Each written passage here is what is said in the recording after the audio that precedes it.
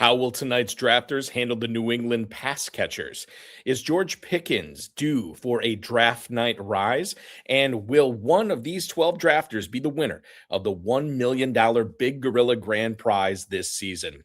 We've got live coverage of the FFPC Big Gorilla as 12 players battle it out to try to win $1 million this year. We've got a great show for you. Ferrell Elliott is here. I'm Eric Balkman. Stick around. Your high-stakes fantasy football hour live Big Gorilla draft coverage episode starts now.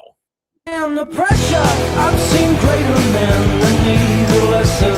Broadcast live and heard around the world, you are now watching the most entertaining hour of radio on the planet. Welcome to the High Stakes Fantasy Football Hour presented by MyFFPC.com with your hosts Eric Balkman and Ferrell Elliott. The High Stakes Fantasy Football Hour is your home for analysis from the best players in the world. And now, because no one else was available, here are Eric Balkman and Ferrell Elliott. Solace in the scripture, are we not all our father's sons? I became a man, nobody ever told me what a man was.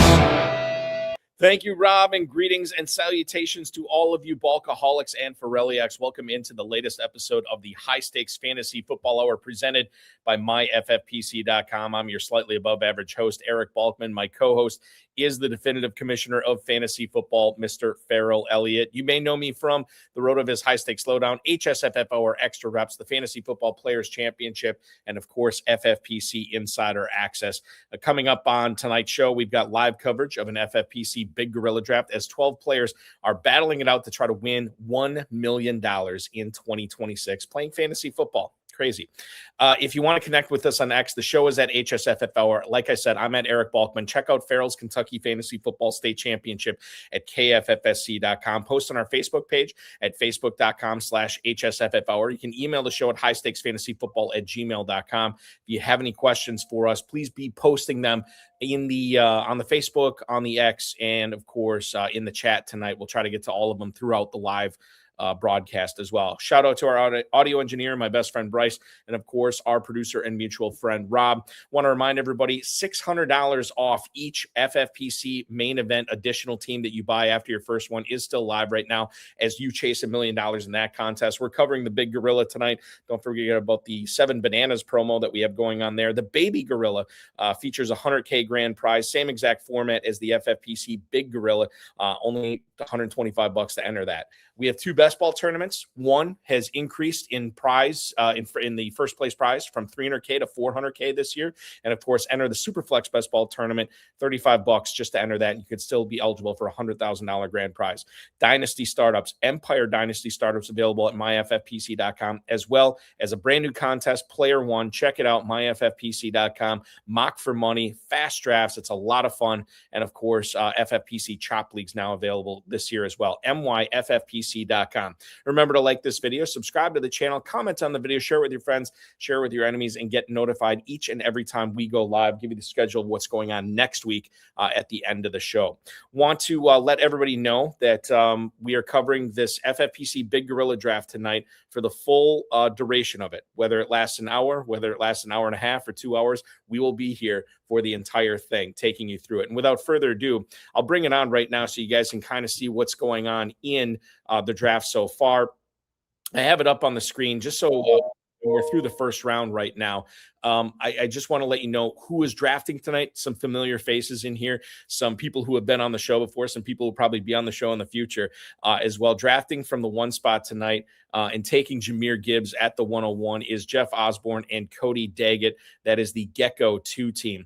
Drafting second tonight and taking another running back. No surprises. We've seen Gibbs and Robinson go 101, 102 in most FFPC drafts this year. Don Talby from the Glaisting franchise, drafting 2 tonight. He takes Bijan Robinson.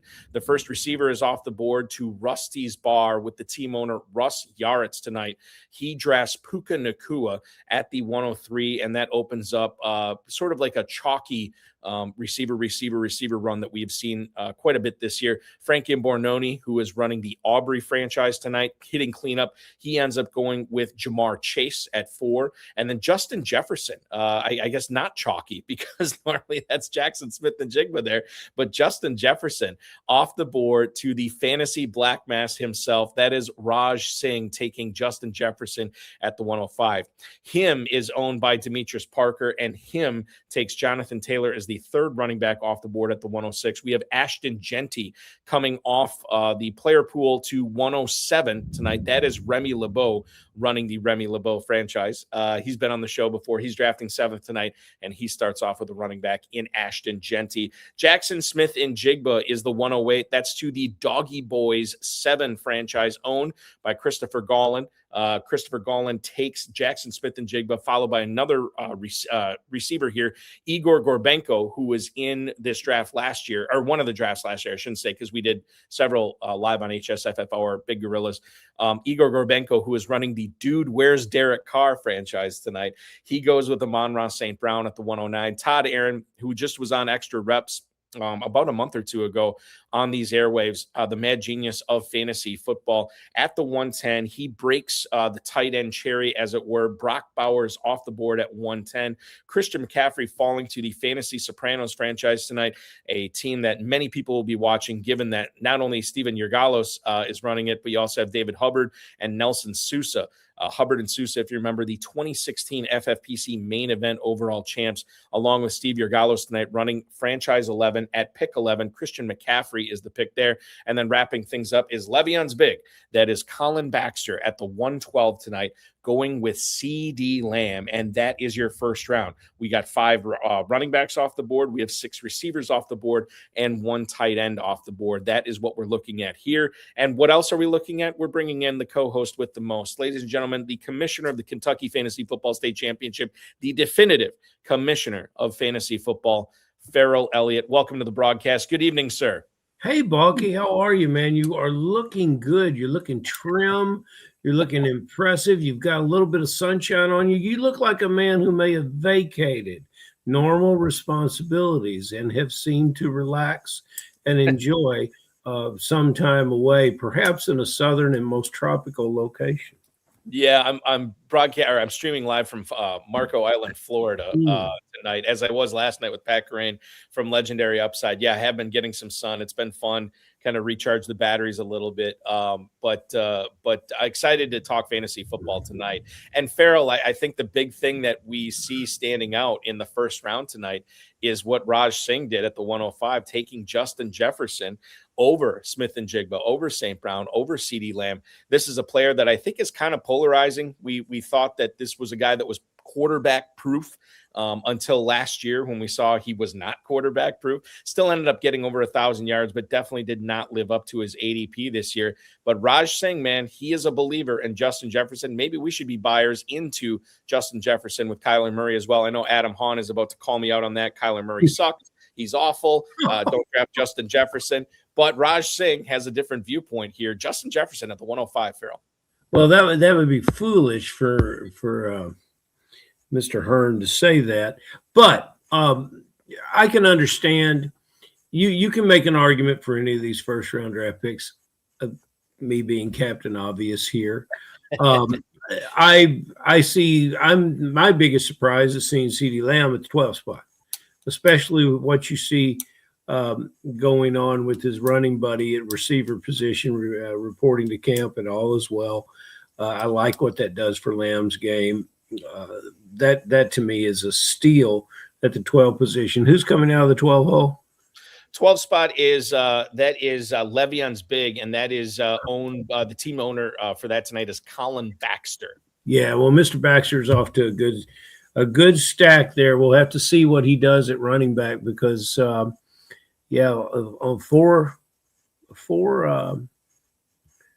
running backs, 5 running backs in the first round, and when you report on the second round, we'll see a lot more of those guys coming off the board. You know, Balky, has there been a draft in the Big Gorilla where Bowers has made it to the second round?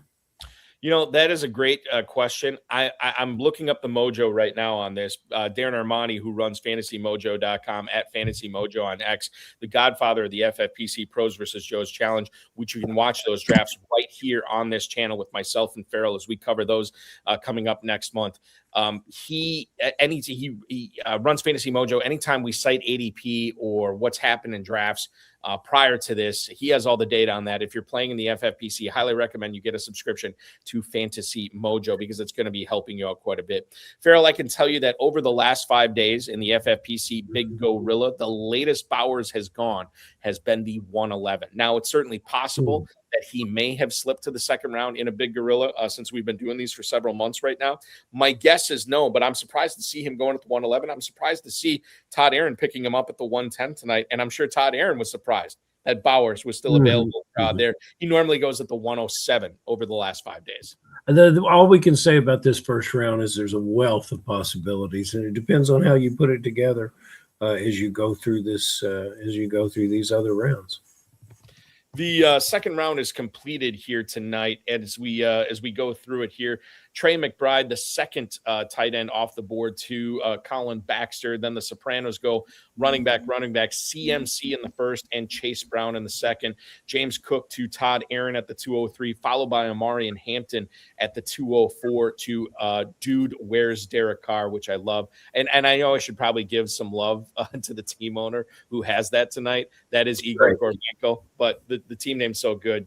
Igor, Dude, Where's Derek Carr for your team the rest of the night. Drake London joins the Doggy Boys franchise at the 205 tonight, JSN, and then London running back for Remy LeBeau, Genty in the first round, Achan in the second, as Achan slips a little bit tonight. Saquon Barkley goes to Demetrius Parker at the 207, Nico Collins to the Fantasy Black Mass, that's Raj Singh. A.J. Brown to Aubrey, that's Frank Imbornoni's squad tonight. And then we see a little bit of a rainbow finish here. Kenneth Walker to Rusty's Bar, Colston Loveland to Glaystig, and then we're looking at Devonta Smith sneaking up to the 212 tonight to the first team off the board, which I believe is the only duo we have drafting. We have a trio draft spot 11, but spot 1 is Jeff Osborne and Cody Daggett as they pair Jahmyr Gibbs with Devonta Smith in the second round here tonight. Ferrell, the pairing, I think, of Genty and Achan to Remy LeBeau, I think is very, very interesting here. When you consider Genty should have a bounce back season. I mean, it was I think he was a little bit higher than ADP, but I don't think he was overdrafted tonight. And then you have Achan, a guy who's been slipping. I think people are very nervous about this Dolphins offense, and that's why we see Achan slip here from a spot where he was going maybe a month or two ago at the end of the first round. Now he falls to the 206 tonight. I like what he's doing there with Achan, and I would remind everyone that I think it's a very good idea not to plant a proverbial flag on non-performance for certain players. You know, Scott Kolb, we visited with last week, he made some wonderful commentary for reasons that he would be off Genty this year, and I understand them. At the same time, he talked about what he would expect at the quarterback position out of Minnesota. I don't think we can just determine that those are not professional quarterbacks that can't get the ball to the number one receiver, Justin Jefferson. I don't like it necessarily as a football situation, but I could be understanding that I like it in a fantasy football situation. And then Adam drops in that he says like Taylor and Barkley more, and I would have to agree. But there is explosiveness in Achan's game, and the Dolphins will have to lean on that to experience any kind of success this year. So I'm surprised that Achan's available there, and if he's going to be, you want to grab him. Quite honestly, I'm surprised that Barkley's available there, which means that I'm surprised any wide receivers are being drafted at all. Right, exactly. Yes, we have the Taylor Barkley argument that Adam made. I think I would agree with it, you guys as well. I think I like the Taylor Barkley start a little bit more. However, I will say that we have. Is it fair to say that Taylor and Barkley's best football is behind him? I know that they're still. I know that they're still going to be very good for fantasy, but we haven't seen the best of Genty. In my opinion, I don't know if we've seen the best of Achane. So there is that sort of like mystery box aspect of drafting those young guys there. Whereas Taylor and Barkley, you know what you're probably going to be getting from them. And that's fine because it's usually been pretty good what you've got from him. And I was in Ferrell at Kentucky Draft Master today, and I was faced with the decision of Chase Brown versus Amari Hampton versus Saquon Barkley on the board in the second round. And I even asked my son, my 12-year-old son, and he told me Barkley all the way at the 203. I ended up going with Chase Brown just because I didn't had enough of them. But I think that's a fascinating decision that people are going to be having to make in the second round of drafts. We see that Brown goes to the Sopranos at the 202, Hampton at the 204 to Gorbenko, and then we see Barkley fall all the way to the 207 to Demetrius Price. So I think there's those running backs in the back half of the second round. I don't necessarily have any strong feelings on me. I mean, I do like Cook. I didn't even mention Cook. Cook goes off at the 203 to Todd Aaron there tonight. But those running backs that are coming off the first half of the second round, I think we may look back on it and say, man, we liked a lot of those guys at that time. But not every single one of these guys is going to hit, and getting that pick right at the end or the beginning of the second round is going to be so paramount to winning $1 million for these players in the FFPC Big Gorilla this year. I'm really thrilled with what Team 3 is doing, and if I thought I could get that, that's the way I would go with it. Yeah, so we look at Team 3 here, and you're looking at this is Rusty's Bar, who is drafting at the 103 tonight. Rusty's Bar is owned by Russ Yaretz tonight, and he has started off with Nakua, Kenneth Walker, Derrick Henry. Ferrell, I think that getting Walker and Henry in the first two rounds is going to be good for this team, given what he can scoop up at receiver these next couple of rounds and perhaps maybe at tight end. What do you make of the Nakua pick over Jamar Chase at the 103? I think it's going to happen often. I really do. I think that you just talked about best football in front of you. The competitor in Nakua matched with the quarterback's comfort and relationship with him, the fact that it still remains somewhat a mystery at tight end with that team, and the fact that we love the Rams defense so much, we think that those elements make Nakua a have to go to very successful. You're always surprised, I think, and I would have to look up and see how many games last year he didn't hit it, but you're always a little bit surprised if you don't get 15 points out of that player, and you're not surprised to get 20. And I think you know, sure, you could have Chase, but I like what he's doing there. You know, the other thing that we could talk about with Cincinnati here briefly, Ferrell, what are the chances that, and we haven't seen Burrow or Higgins get drafted yet, but what are the chances that Burrow, Chase, Higgins, and Chase Brown all pay off at their ADP? It can't be that good, right? Or do we think that all four of them pay off? Yes, I do. I think I've always thought Higgins' ADP was a little high, and then he proves that he outperforms it generally. And so, you know, I'm wrong. Chase, Burrow stays on his feet and the line protects him. Burrow will perform. I don't. If you're going to make an argument that Cincinnati Bengals offensive weapons can't perform to ADP, you might want to move back to the first round and say, hey, you got two Raiders in it. But I believe that those guys, you know, Bowers will be on a bounce back year, and you've already spoken what you believe about Genty, and I'm closer to being in your camp than the negative Genty camp. You know, going back to the first round here very briefly, since they just made a pick in the fourth, but the Fantasy Sopranos, we have our buddy Michael Kinsell, the Fantasy Meatball himself, saying that he loves the McCaffrey value at 111, and then Steve Regales chimes in, I'm not into CMC, but 111 is which I think is interesting too, because Ferrell, you look at a guy like McCaffrey, the volume and the workload last year was insanely high, and normally for a player like that, comeback player of the year, had 400 plus touches, did a lot with him, was great all season. Normally you'd think that a player like that would be right in the Gibbs and Robinson discussion, but he's not. And I think part of the reason he's not is because people are very nervous about a guy coming up on age 30 getting that huge workload again and whether he can be healthy all season. That's a conundrum where I've kind of been dabbling with McCaffrey late in the first round, but I'm definitely not all into him. But I'm telling you, the situation tonight that we see where he falls all the way to the 111, God, that's probably a choice you have to make there. I really would like you to dispel some of those old school lean back on fantasy football truisms. This player, the athletic aspect of the players that are in the NFL now is different from 5 years ago. And, what is the physical difference of McCaffrey 1 year removed from last year, where he handled this workload and handled it, where he would deserve to be one of the first 2 or 3 picks in the draft. So I think that, that's a real gift for the Sopranos. And I'll go back to you on my Bowers question. How late has McCaffrey ever gone in a draft? I would wager on McCaffrey here. Team number 3, I would have been thrilled to get Derrick Henry in the 3rd round. Players that have been used in the past will be utilized in the future, and that's what we want in fantasy football. McCaffrey, this is the latest, Ferrell, in any big gorilla that we've had this week over the last 5 days. The latest he's gone has been the 110.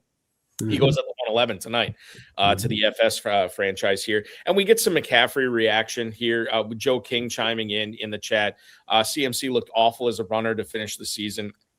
And yeah, he certainly didn't look good. I know the matchups weren't the greatest in the world, especially in the playoffs as well. And then our buddy Dom Gazzetti chiming in. Let's hope CMC bucks the trend he's had these last several years. 1 full season, 1 year, next season injury, repeat. And certainly if you're investing a first-round pick in McCaffrey, you don't want to see the down season after the big season last year, or this coming year as well. So that's kind of the take on McCaffrey. We see the Sopranos. We already mentioned Chase Brown going to them at the 202, and then they get Olave and Burden, 2 higher upside wide receivers there. I shouldn't say upside. I can't remember who was talking about this the other day, but that we overuse the term upside way too much, and it can mean so much to so many different people. And when you consider that Olave is coming off a 100-catch season, maybe that's going to be his best season. I think Luther Burden, I shouldn't say I think, I'm almost assured that Luther Burden's best football is in front of him, and this is another player that's really been pumped up this year. But Ferrell, I think you got to take swings on players like that. In order to, get these home runs, whether it's a home run in the 2nd round, 4th round, 8th round, 10th round, 12th round, whatever it is, or an odd numbered round as well. You have to take swings on these players. And certainly Burden is a swing on a player here as we see him go off the board at the 402 as the 2nd receiver for the Yergalos Hubbard Sousa franchise. This is true facts, Balky. And I think maybe there's a potential for you to publish a fantasy football definition for dummies, because I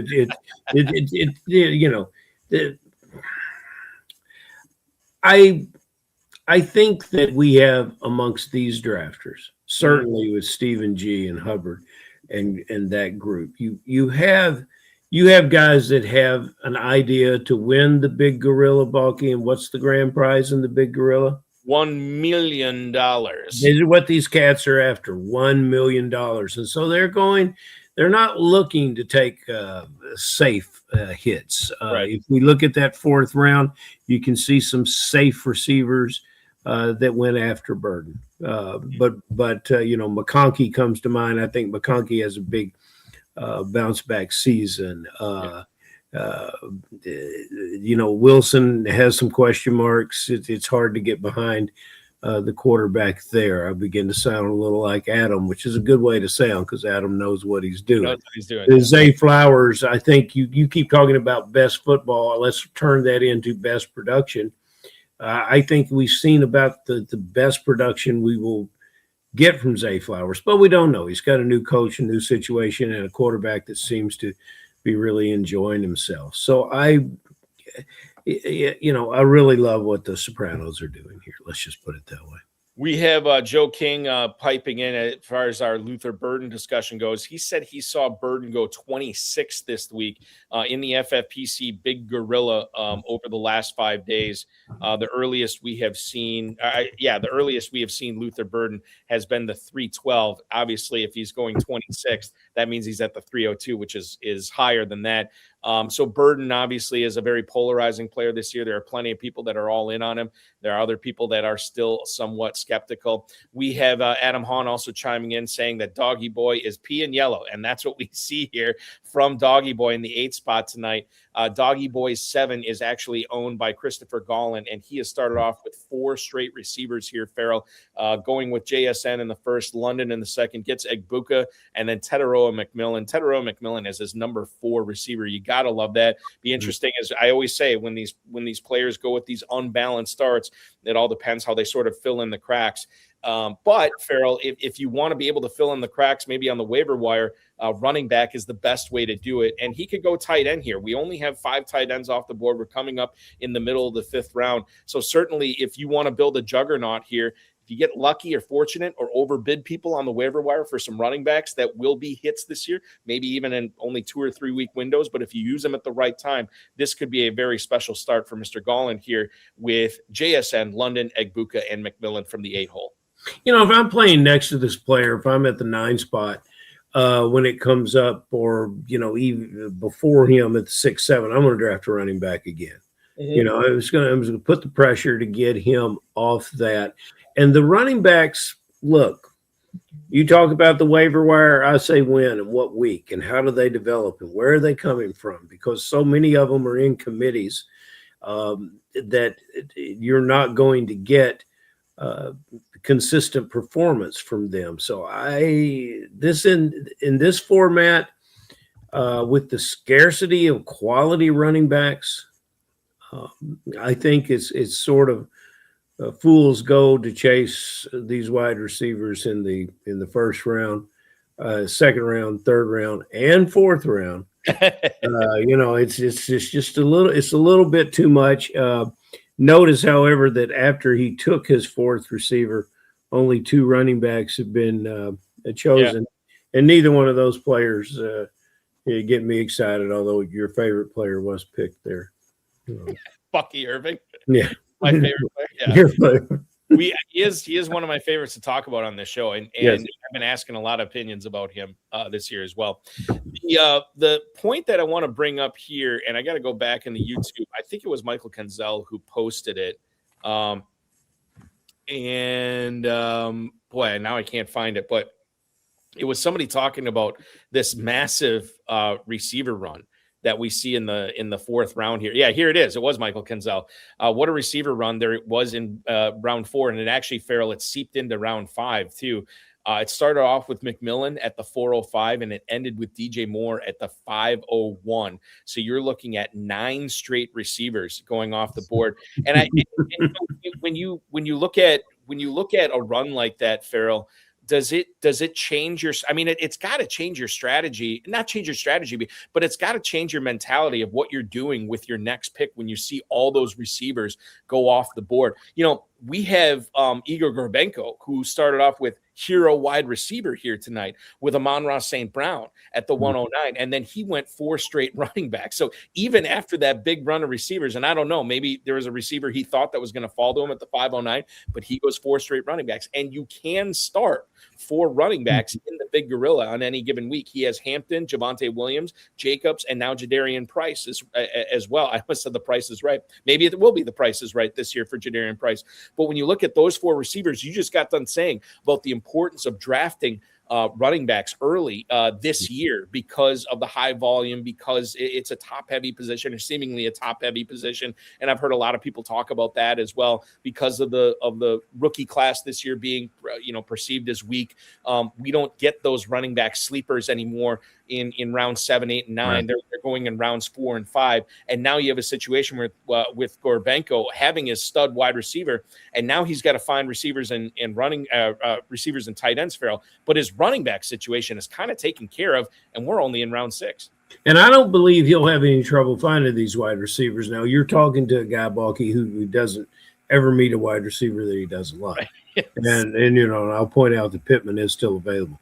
But we're in a situation where excellent quarterbacks with very, very good passing attacks have number 2 receivers available. And you can go to – you could even take it as far as to go to the Raiders. Here's a situation where the number 2 wide receiver is undefined, and I think that guy could be available 17th, 18th round, and that would be a good investment.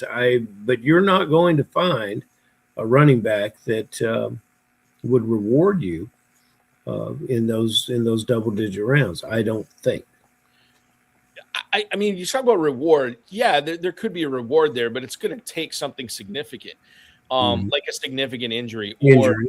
Or we're underestimating, how good one of these rookies could, like Emmett Johnson or something like that, or Jonah Coleman, who I know Adam Hahn's a big fan of as well. But like players like that, like if we're severely underestimating them and then things fall right, then yeah, we could see it. And again, it's not like, and I stress this all the time, you don't need these guys in the double-digit rounds to be massive hits that turn into, Jamal Charles or Javonte Williams or anything like that. You need these guys to sometimes, especially the guys later on, just be good for 2 weeks, just be good for 3 weeks. That can help you through a stretch, or perhaps help you in the fantasy playoffs, or even the championship sprint at the end. Because if you get that running back in that right window, and you have your receivers lined up like Doggy Boys does now at the 8 spot, getting Tootin and DeAndre Swift, now you could be looking at something here. I like the Swift selection, especially. I like that. Yeah, and I think the Swift versus Monungai conversation is going to come up here. Before we're done with this draft, and obviously throughout the season as well. But the guy who took DeAndre Swift there, that is his second running back. And of course, I'm talking about Chris Gollin, who actually said, Ferrell, and I was trying to find this in the chat. He starts off with 4 straight receivers. He wanted McCaffrey at the 108, but he didn't expect Smith and Jigba to be staring him there. He wanted to go running back to start off the draft, and instead he goes 4 straight receivers. This is what happens in FFPC drafts with the double flexes, with the 1.5 point catch PPR for tight ends. There's a lot of different ways you can start your draft. You can go in thinking you're going to start running back, and then Chris Gollin ends up going receiver. So these things happen. You have to embrace prosperity, and I think he did right there. Embrace prosperity is a good fantasy football team name for sure. There you go. So I give you credit on I'll that. sign you up for another team. Every time I come up with one, you got to get me in another Kentucky league for sure. The guy who's drafting next to Chris Gollin at the 108 tonight is Igor Gorbenko. Dude, where's Derek Carr? I love it. And we'll ask him about that right now, because we're very fortunate to be joined on the High Stakes Fantasy Football Hour, Mr. Igor Gorbenko, drafting from the 109 tonight. Igor, good evening. What do you think of your draft so far? Hi, guys. How are you? Igor. Yeah, you guys know that when you said some receivers were taken where I wanted it, I was waiting for Malik Neighbors in the 4th round. I figured out, I'll take a risk on him, but he was sniped right before me. So the only thing I had to do just adjust and adapt the strategy. That's all. And it's interesting, Igor, because we see all the time. In fact, one of my favorite draft strategies, at least a few years ago, I've kind of gone away from it right now. Maybe I should go back to it. Where you start off with this hero running back and then you pound receivers after that. You kind of did the influx of that, right? The reverse, where you get this hero receiver, and it's not like you wanted to go running back.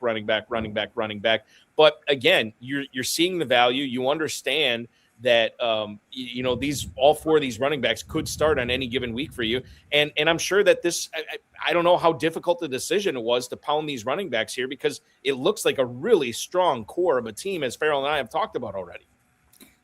Thank you, guys. Yeah, so I thought the value is there. I was thinking very hard between Jadarian Price and Swift. It was very hard to decide between the two. But at this point, I just went with the upside, because I know what Swift is going to give me.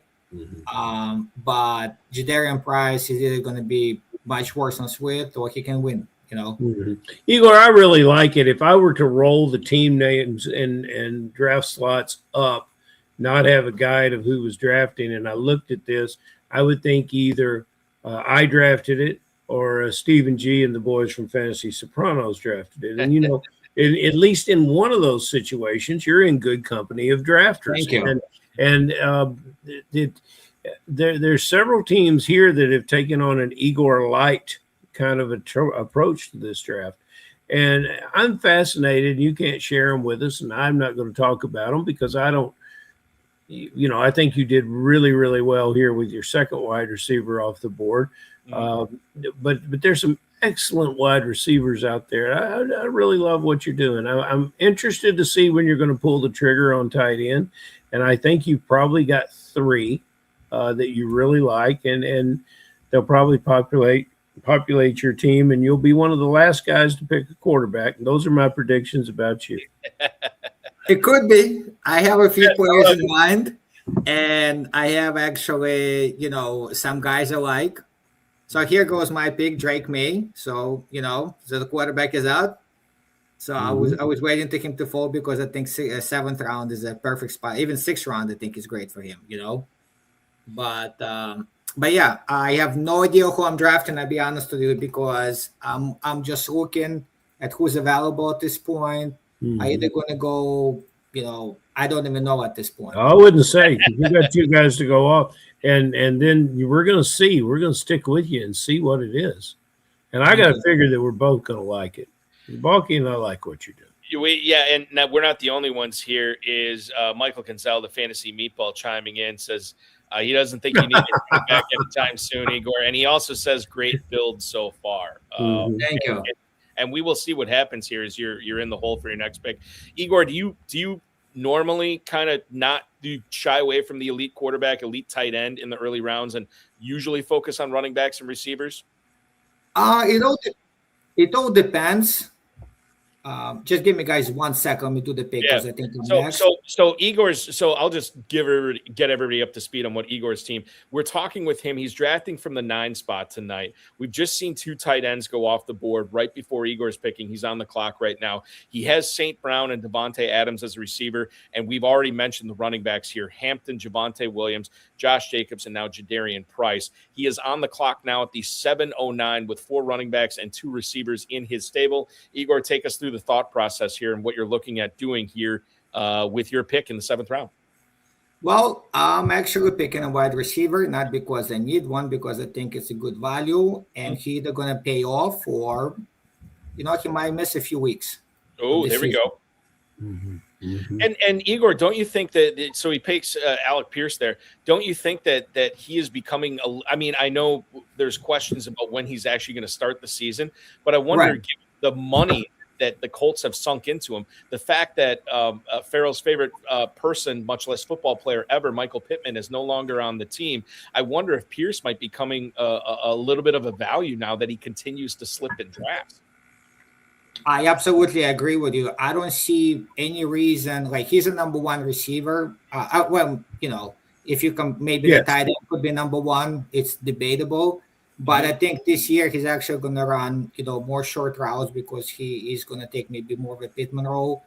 And a little bit, he's still going to do what he does, the long ball as well. But I don't see a bust potential unless he's going to be injured. I think he's going to lead the league or be amongst the league leaders in yards per catch. I think we're going to see still right now, Ferrell. Wonderful catches, yards per catch, average yards per catch. All right. I don't believe that he's going to change anything much about his game going underneath. Although they will They will try to get him the ball, but he's got a talent we haven't really seen that much of because of his deep route running. In college, he was hell on wheels with yards after the catch. I mean, I really like the physicality of his running, and I think you're going to be really in good shape starting Amon-Ra St. Brown and Devontae Adams and waiting for him to heal if he needs to. So I love the pick. I think it's a great pick. Thank you. We have to get into the Pierce discussion further, Ferrell, because I think it's and there's going to be another receiver that's going to go off the board here, and I think that'll prompt the discussion. Before we get into that, Igor, I know you're coming up. You're on deck right now. Fantasy Meatball wants to know if you were targeting either Travis Kelce or George Kittle at that 709 pick, the two tight ends that went off the board right before you picked Pierce. Yes, I was thinking about George Kittle. Okay. In Travis Kelce, he's absolutely right. There was things. It doesn't mean I would pick him, one of them, but I was definitely thinking about them. So Igor is back on the clock right now at the 8:04. We are looking at a team now with 4 running backs and 3 receivers after adding Pierce to go along with St. Brown and Devontae Adams on this squad. And I mentioned the strong running back stable of Hampton, Williams, Jacobs, and Price, which sounds like a law firm, but it's actually Igor running back 4 here tonight, which is great. You're on the clock. You have just a little over 30 seconds. What are we thinking here, Igor? You're going to be guys very surprised. I'm picking a position I don't need, and I really like this player. So here we go. And the pick is going to be running back one guy from the Chicago. That's it. So we were just talking about the Swift pick going to Team 8 tonight, which is owned by Chris Gollin, and Monangai goes off the board at the 8:04. Tell us a little bit, Igor, why you like Monangai in 2026. Mm-hmm. Well, number one, I think the biggest thing is Swift injury history. He's a good running back, but he's I loved him as a rookie. I drafted him a ton, and then I think he got hurt a lot. So there is an injury risk. And I think towards the end of the year, if I'm not mistaken, we're almost doing 50-50 split between Swift and Monangai. So I do see some upside. So at worst, I can throw him as a flex. And I looked at the wide receivers. Just to me, value wasn't there. I did not. I looked at the stable of guys, and it doesn't really matter, between a guy in the 8th, 9th, or 10th round. At least to me, they're all in the same bucket. At least for me. Mm-hmm. So and I know I have 5 running backs, which could be ludicrous, but no, or it could be great. Could be. Yeah, I mean, they always get injured, Right. I think so. So Igor, well, listen. Number one, thank you for joining us tonight. This is always a pleasure. Mm-hmm. Watching your draft, and then obviously having you come on here tonight. Thank you, guys. I have some good news and bad news for you. Bad news is you got some work to do at quarterback and tight end.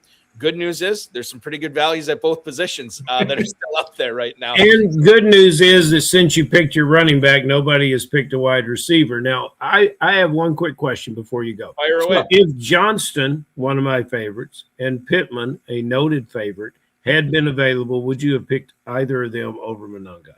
No. Okay. Well, I'm going to be scratching my head here, mainly because I need a haircut, and then mainly because I would have liked you with one of those wide receivers. But nevertheless, there's nothing wrong with your pick. And now we're up to 4 picks, no receivers since you picked. So, you're running the draft, brother. You're running. Yeah, it's 20 rounds. I will be able to fill the position. You better impress me with your tight end selections. That's all I can say. Igor, you have impressed us with your team construction so far. Keep up the great work. Good luck the rest of the way, and most importantly, enjoy the rest of the drafting season. And thank you for coming on the show tonight, man. Thank you, guys. It was a pleasure speaking with you. Bye-bye, everybody. Thank you so much. Hey, Balky, Fantasy Meatball's dropping in here. Do you know where the Fantasy Meatball resides?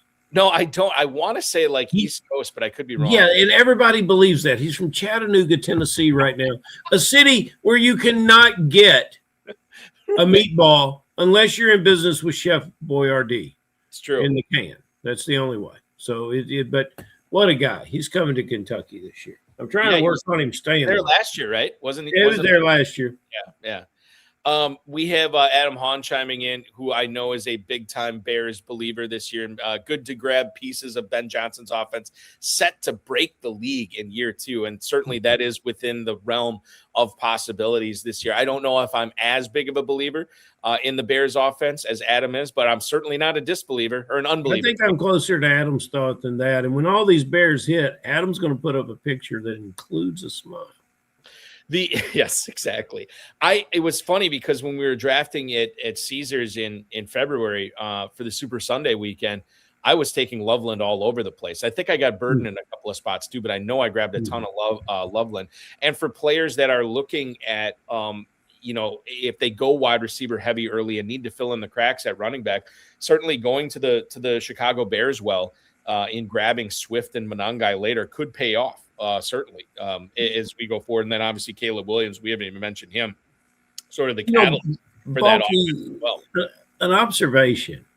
Many times when players are new to the FFPC, they'll get caught up in this 1.5 tight end per catch. And I look at our guys now, and I could be wrong about this, but this group drafting here, they're not particularly overwhelmed by the tight end position. There's not that much blue on the board, and there's still some very good ones out there. And I really want Bowers to be on some of my teams, but do I want to spend that first round pick for him? It's a dilemma for me because there's so many good tight ends I like. So I just wanted to throw that in there. Yeah, and the thing with Bowers is, and like FFPC, I'm fine with Bowers in the first round. I'm fine with him. Obviously, if he slipped to the second, he's a smash pick, as the kids say. I'm fine with him in the first. The issue I run into in Kentucky is like, am I going to be able to build up my wide receivers enough, even though I have that sort of quasi cheat code in Bowers, and I haven't been able to pull the trigger yet. And Ferrell, I've noticed this in Kentucky this year too. And Steve Yergalos and I were texting about this, or I can't remember what, but he said something to the effect of like, it's wild seeing the Kentucky players kind of like bumping up the tight ends a little bit. And he said it's like they're thinking it's FFPC. And while that could be true, I also think there's something to be said about getting these elite guys early. Bowers, McBride, Loveland, even Warren this year. These guys could be massive difference makers for you at the tight end position. Where the top 5 or 6 truly separate. And there's some guys, has our Cowboy tight end been selected yet, Ferguson? Yeah, he went at the 805, 806. And see, there's a terrific player that does not have to turn in all those touchdowns that he had last year, but what a big year that was for him, what value that added for him. I just think there's a lot of separation at the top, and there's a lot of potential in the second tier of tight ends. So I want to talk about this and get into this a little bit more with you. The receiver, I said we were going to talk about this later. The receiver I was waiting to go off the board to bring this up was Josh Downs. He's now off the board. He goes off the board at the 9:02 tonight to Don Talby, who is running the Glaystig franchise. You had mentioned that, and Alec Pierce is coming off 2 consecutive seasons where he led the league in yards per catch, right? I'm trying to remember what you said, but it seems like you still think that that's in the realm of possibilities for him this year.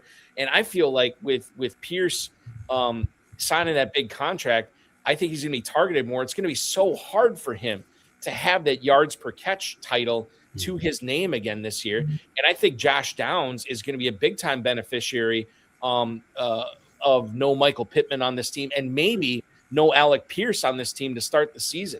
Downs, I think, is being undervalued right now, but I really want to get more thoughts on why you think Pierce is still going to be catching these big passes and making big plays for Indy. It's just the nature of his game. It's what he does. If you have a quarterback with great downfield accuracy, you're not going to just all of a sudden start having him check down and throw crossing patterns. You're going to play into his strengths. This player is not good at it. He's great at it. He's a difference maker. He makes all the difficult catches, and he makes them down the field on the move. One of the things, I saw a great receiver make a touchdown catch tonight. and he didn't even look for the ball until it was there in his hands. It was about 50 yards down the field. It was a thing of beauty. That's the potential that Pierce has. Now, Josh Downs.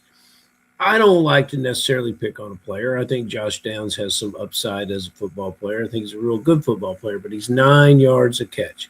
He's 4 or 5 touchdowns.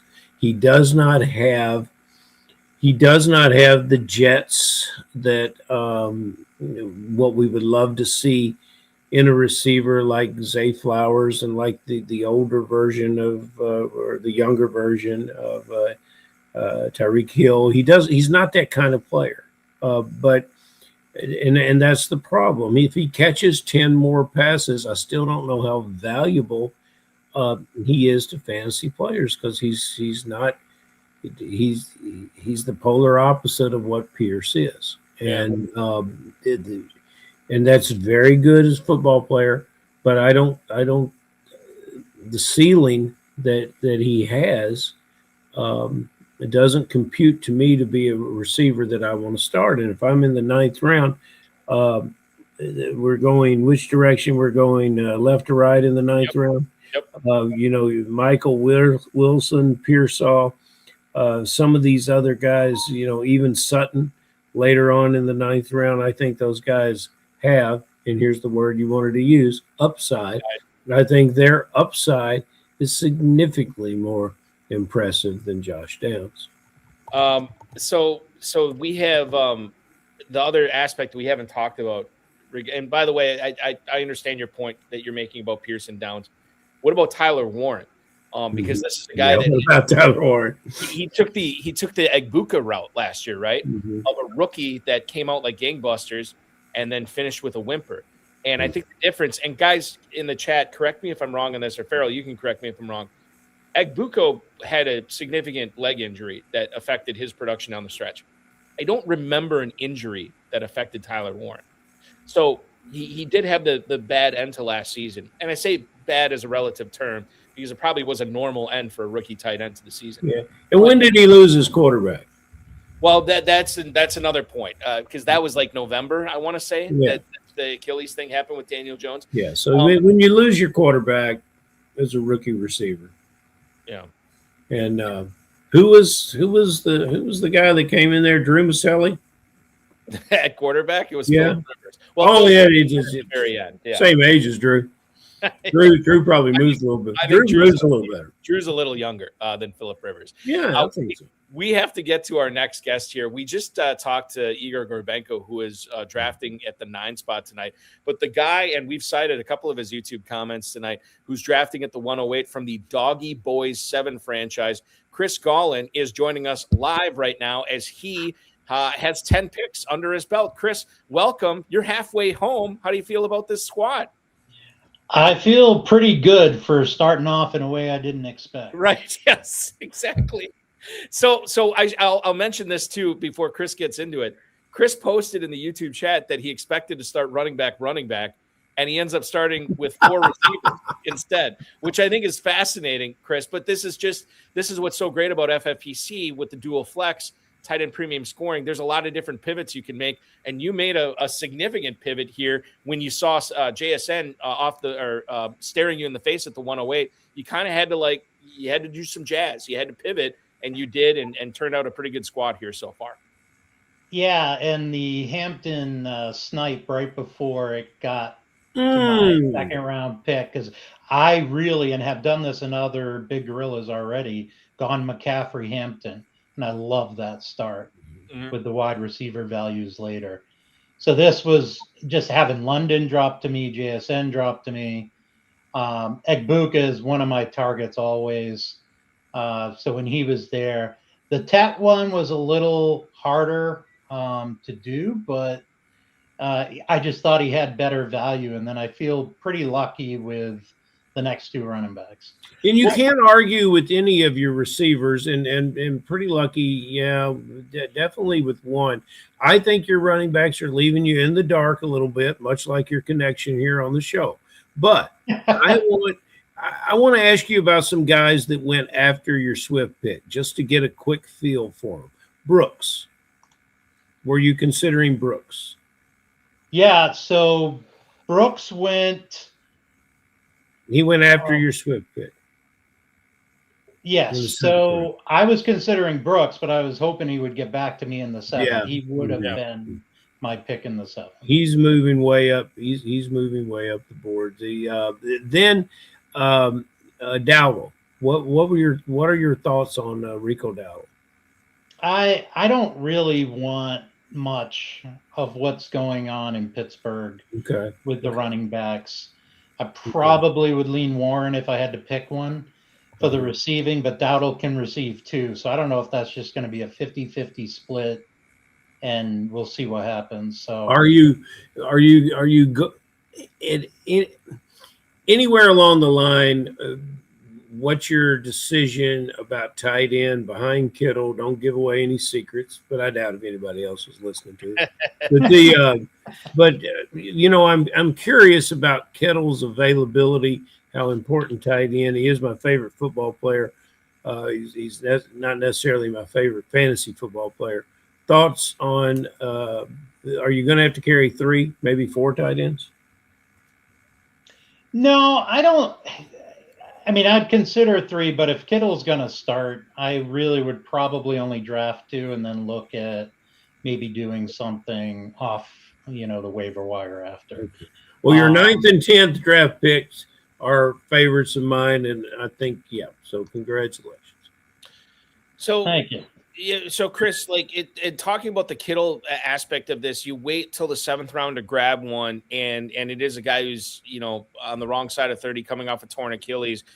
We won't know what his status is before the end of this draft. So how do you sort of handle Kittle? How do you handle the tight end position, knowing you already have Kittle? Is it just like, hey, I'm going to add one more tight end, and if Kittle is not looking good, that first waiver wire in September, maybe I'll hammer the tight end position a little bit more on that waiver wire, but you're not going to go, overcompensate now that you know that you have an injured tight end or a recovering tight end as your tight end 1. Yeah, I mean, if things had fallen differently, Warren would have been my pick instead of Egbuka just because of the build. And I happen to be on the wrong side of 30 also. So I'll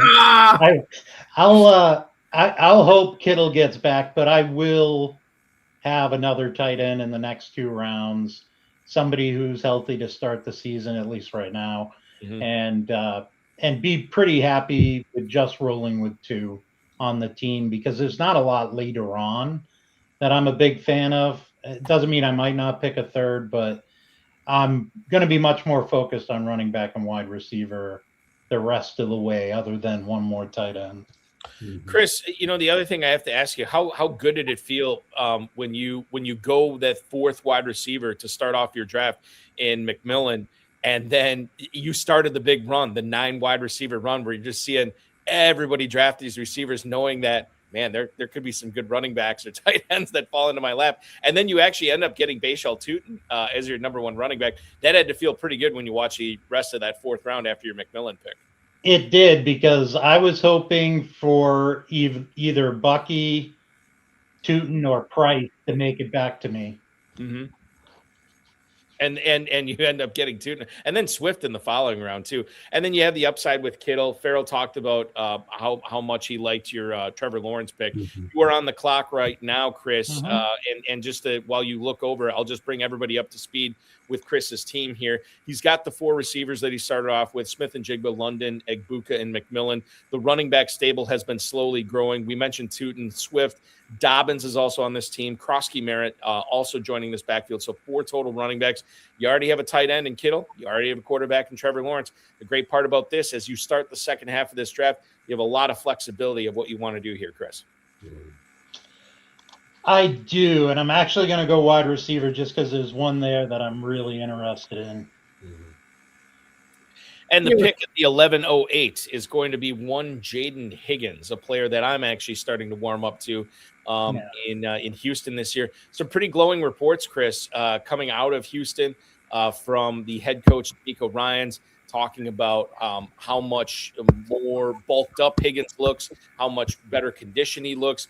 In and out of his breaks, he just looks like he's ready to make that sophomore leap. Now, the passing volume offense in Houston is probably what's keeping him down to an 11th round pick right now, because if this were an offense that was playing in, say, like the NFC South rather than the AFC South, I'm sure Higgins would be going a lot higher as the perceived number 2 there. I know Ferrell likes Dalton Schultz quite a bit, but when you look at the wide receivers in Houston right now, Higgins is a guy that I think is going to take a leap forward. I'm assuming I'm kind of echoing a lot of the thoughts of why you liked Higgins here. Yeah, and I have it's a gut feeling that Houston's offense is going to look a little more like it did a couple of years ago. Just something's telling me that they're going to get that put together. Players have pride, and I'm sure Stroud, after that Patriots game, of which I'm from New England and a Patriots fan, but something tells me they're going to go get it back together, and this offense is going to hum. And with that defense, it could be pretty scary. You mentioned the defense, and I think that's interesting too, because a lot of times we talk about regression. At least I talk about regression in the mean a lot. And I think about that defense in Houston. Not a lot of people are talking about them regressing a little bit to the mean, right? Because they were so dominant last year, so good. I think they're being prior to the Garrett trade, for sure, they were being drafted as the number 1 defense in FFPC this year. And I wonder if there is a little bit of regression, not only for the defense, but some positive regression for the offense there too, Chris, where we will see maybe a less effective Houston defense, but as a result, maybe a more effective passing offense and a more exciting passing offense with Stroud entering another year of experience here. You have Higgins taking a leap forward. You might get Tank Dell back there as well. Jalen Knowles there. I think there's a lot to be excited about this Houston offense. And we don't talk about like the defense is regressing because I think everybody believes Houston has an awesome defense, but there's still the potential that they could. And as a result, Higgins might be one of the beneficiaries in Texas. Yeah, I think when you're opposite of Nico Collins, if you're ready, you're going to get the ball. So I'm really expecting him to take that. What is it, year 2 for him? Leap? Higgins will be a sophomore year. Yep. Yeah. Higgins. Yep. You are coming up. You are on deck right now. You added the 5th wide receiver in the 11th round. You could add a 5th running back here in this round. You could back up Kittle here in the 12th. You could also look at getting a backup quarterback to Trevor Lawrence. I'm trying to look at this right now. There's there are, God, how many quarterbacks are off the board? Help me out on this chat. We got 5, 6, 7, 8, 9, 10, 11, 12, 13. But we got 14 quarterbacks off the board. So you could add a quarterback here. You could also add a tight end if you wanted. The tight ends are going faster. We got 20 of them off the board. You're on the clock right now, Chris. What are you thinking here for your 12:05 pick? So this might make your buddy happy because I'm going to go a tight end. Yes. Here we go. One that has a pulse. That's all we need. Just one that. Well, Dalton Schultz. So you go. There you go, buddy. Texan. And listen, I don't want to tell you what to do with your backup quarterback later on. There's not going to be one out there that might help you out.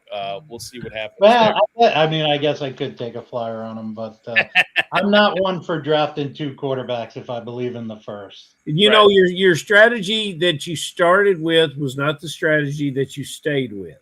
And I think you've corrected that, and you've made a very, very solid argument. However, the strategy to impress me is the wrong strategy. So let's get back to where you are and go from there. But I think Dalton Schultz will end up paying some dividends for you. Good job. I hope so. Thank you. You got it. That's Chris Gallin, the Doggy Boys 7 franchise owner, drafting from the 8 spot tonight. Chris, be good. Keep up the great work. Enjoy draft season, and good luck the rest of the way here. Most importantly, thanks so much for making us a part of your evening and coming on for our stream tonight, man. Thank you. It was great to be on. Awesome. That is Chris Gallin. This is a whole lot of fun. I want to say hello to our good pal that you've done battle with in Kentucky in the auctions for years, Bob Ward. I've always been trying to get Bob to branch out from the auction leagues. He and Trevor, his son, and move into redraft or snake drafts, as Bob likes to call them.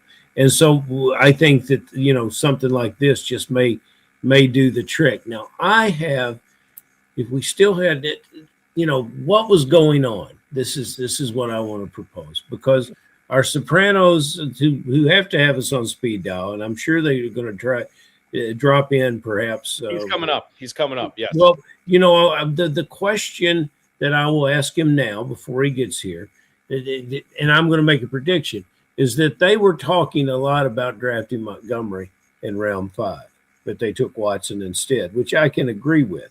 But I don't, these guys that are taking running backs in round 5, will you tell me how many running backs went in round 5 that you like Montgomery better than, and Montgomery going in the 12th pick? Or am I just higher on Montgomery than everybody else is? So for the purposes of this, I probably would take Henderson over Montgomery. Okay. I would take Montgomery over Price. Mm-hmm. I probably would take Montgomery over Tootin as well. Mm-hmm. And Montgomery over Irving. I'd take Judkins over Montgomery, though. Okay. So, but it's so close. I mean, for anybody watching, like, oh, Balky likes these guys. And see, I don't think it's close. But, I don't think it's close. Maybe through the receiving game is what, is where we're getting the. But I really on a team that really likes to run the ball in the red zone, I really love Montgomery this year. So, and I'm just curious what the Sopranos. If they were batting that around amongst themselves, because that would have been another running back that has fallen to them. I think we could say that, We definitely can say that for sure. We'll get to Steve in just a minute to find out what he thinks about that. In regards to Houston, and we'll talk about this. Maybe we'll talk about this. We will talk about this throughout the summer, but maybe the most polarizing conversation about the Texans this year has been whether you believe that offensive line has improved, because there are people out there that believe it has significantly improved. And then the fact that they get Montgomery, this is going to be really, really good for Houston. There's other people that believe that it's been shuffling deck chairs around on the Titanic and it's not any better than it was before. So I think I'm more of the former than the latter, but I reserve the right to change my mind, as I always say on this show. I'm going to change the pace here right now and not have me talk so much. I want to bring in our next guest, ladies and gentlemen. He's drafting from the 10 spot next to the Sopranos tonight. You noticed that he was on, you watched him on HSFF Our Extra Reps a couple of months ago. He is the definitive mad genius of fantasy football. He's Todd Aaron, and he's live. There he is. Todd, welcome back in, man. You are 12 picks in this team that you have drafted, and we'll get to your first pick in a little bit. But as we wide scope it, how do you feel about this squad 12 rounds in? This team that you have drafted, and we'll get to your first pick in a little Oh, bit. Todd, you may want to turn that down because you're on a little bit of a delay here. Not too bad. I was a little disappointed. Not too bad. Go ahead. Go ahead, Todd. I was a little disappointed. There we go. Let's take care of it. You just shout it out when you know. Let's go. I was a little disappointed when Higgins went and then Dart went. I was going to take either one of those guys. So I fell back to Pacheco just in case one of those guys. So I fell back to Pacheco just in case. I fell back to Pacheco. Todd, do we? There we go. Technical difficulties. Just in case Gibbs goes down, I like Pacheco. Hard running ball. Hard. We'll see. Might be nothing though. I don't know. Todd, what do you make of your that the pick I want to ask you? And then I grabbed Purdy just because he's kind of right at the end of the quarterbacks that I like. There's some decent ones. Yeah. Stafford's not bad, and Murray's a decent what the heck play because he's got some good receivers, so he might do really well. I'm just not sure he knows how to throw the ball to his own players. He likes to just take it and run, Were you expecting Bowers, or what was the likelihood that you expected that Bowers would be there for you at the 110 tonight?